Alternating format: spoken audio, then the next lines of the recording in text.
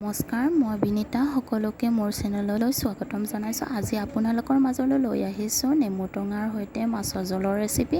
আহকচোন মইনো কেনেকৈ বনাওঁ ৰেচিপিটো আপোনালোকৰ আগতো শ্বেয়াৰ কৰোঁ। এয়া মাছখিনি মই ধুনীয়াকৈ ভাজি লৈছিলোঁ।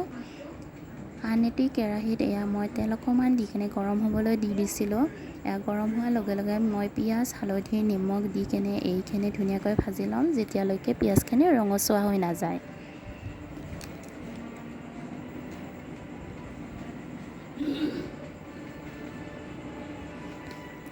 আনটোফালে মই দুটা আলু বইল হ'বলৈ দি দিছিলোঁ। আলু দুটা মই এনেকৈ পিটিকি লৈছিলোঁ। পিটিকি লোৱা আলুখিনি মই ইয়াতে দি লৈছোঁ। দি লৈ কিনে ধুনীয়াকৈ মই এইখিনিও ভাজি লৈ ল'ম।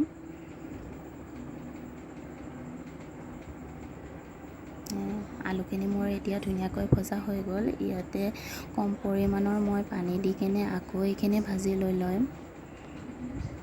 এই ৰেচিপিটো খাই কেনে বহুতেই টেষ্টি লাগে, কাৰণ কম টাইমতো হৈ যায়, বেছি টাইম নালাগে।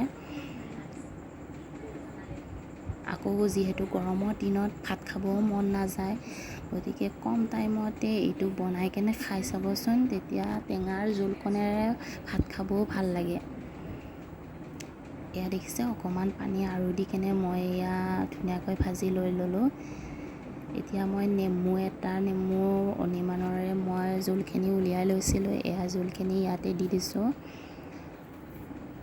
এতিয়া আকৌ মই এনেকৈ অলপ টাইম লৰাই থাকিম।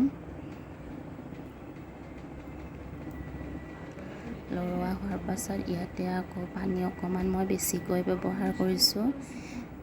দেখিছে পানীখিনি মই দি লৈছোঁ। দি লৈ কিনে ঢাকনিখন লগাই দিম, যিহেতু উতলিবৰ কাৰণে ঢাকনিখনৰ প্ৰয়োজন হয়। ঢাকনিখন উলিয়াই দেখিছে ধুনীয়াকৈ মোৰ উতলি আছে। এতিয়া ভাজি লোৱা মাছখিনি মই দি দিছোঁ।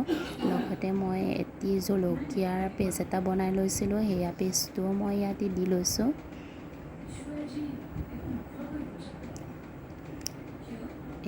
মোৰ মাছৰ জোল কমপ্লিট হৈ গ'ল।